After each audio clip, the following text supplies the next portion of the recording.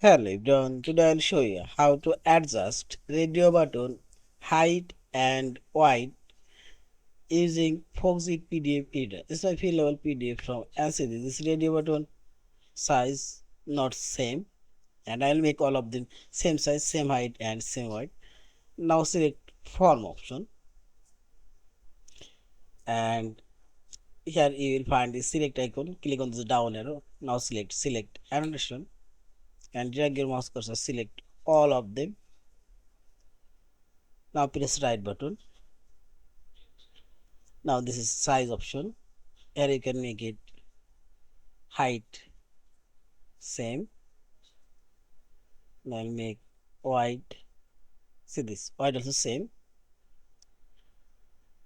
Now I'll align but horizontally, and see this. Now check this. All of them now same size. In this way you can make a radio button same size, and finally select this file option, save or save as a fillable PDF form. Thank you for watching. Please subscribe, like, share and comments.